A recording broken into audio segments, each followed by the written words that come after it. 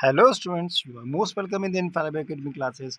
और आज के क्वेश्चन है, if the sum of zeros of the polynomial is 1 then find the value of K. और वो पॉलिनोमियल कौन है? This is the polynomial, right. अच्छा, इसमें इस के की वैल्यू फाइंड करनी है। अब मैं आपको पहले एक बार बता दूं कि ये जो पॉलिनोमियल लिखा हुआ है, ये पॉलिनोमियल है क्वाड्रेटिक पॉलिनोमियल, जिसमें डिग्री 2 है, x की पावर 2 है।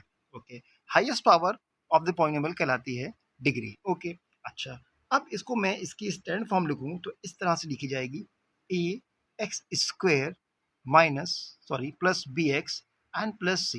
ये क्वाड्रेटिक पॉलिनोमियल की स्टैंडर्ड फॉर्म है। अच्छा भाई, अब जीरोस क्या होता है पहले मैं आपको वो बता दूं। What is the zeros of the polynomial? Zeros एक ऐसा नंबर होता है, किसी पॉलिनोमियल का जीरो एक ऐसा नंबर है जिसमें कि एक्स की प्लेस पे उसे अगर प्लेस किया जाए तो उस पूरे पॉलिनोमियल की वैल्यू को जीरो कर दे। Suppose x square minus one में अगर मैं इस एक्स की प्लेस पे वन रखूं तो one square minus one is equal to zero हो जाएगा ना। तो यानी एक्स की प्लेस पे मैंने वन रखा तो ये वन जो है इस पॉलिनोमियल के लिए इसका जीरो कहलाएगा, राइट। ओके, ये एक बात क्लियर हो गई। हाँ, माइनस वन भी आप सोच रहे होंगे कि सर माइनस वन भी हो सकता है ना। हाँ बिल्कुल, माइनस वन रखोगे तो भी जीरो हो जाएगा। ओके, अच्छा, तो यहाँ पर उसने बोला कि zeros sum of the zeros. अब सम ऑफ द जीरोस क्या होता है? सम ऑफ द जीरोस होता है कि आप इसके किसी भी पॉलिनोमियल के जीरो निकालें, उसका सम कर दें। सिंपल। अगर देखिए यहाँ पे आपको दो जीरोस निकले, एक निकला वन, एक निकला माइनस वन, इसको सम कर दो तो उसका सम जीरो आ रहा है। वॉट किसी का सम फाइव आ सकता है, किसी का कुछ भी आ सकता है।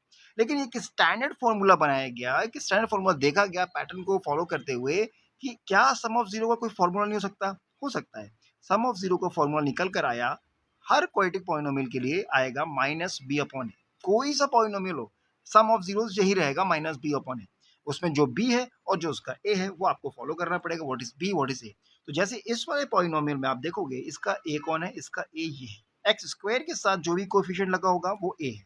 तो आप देख इससे कंपेयर करो, है ना। ए एक्स स्क्वायर के साथ ए लगाए ना, तो इसका ए ये हो गया।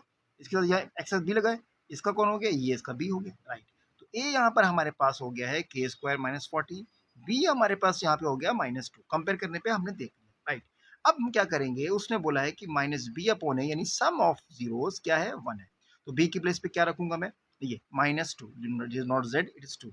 Okay, minus then minus two upon K square minus 14 is equal to one.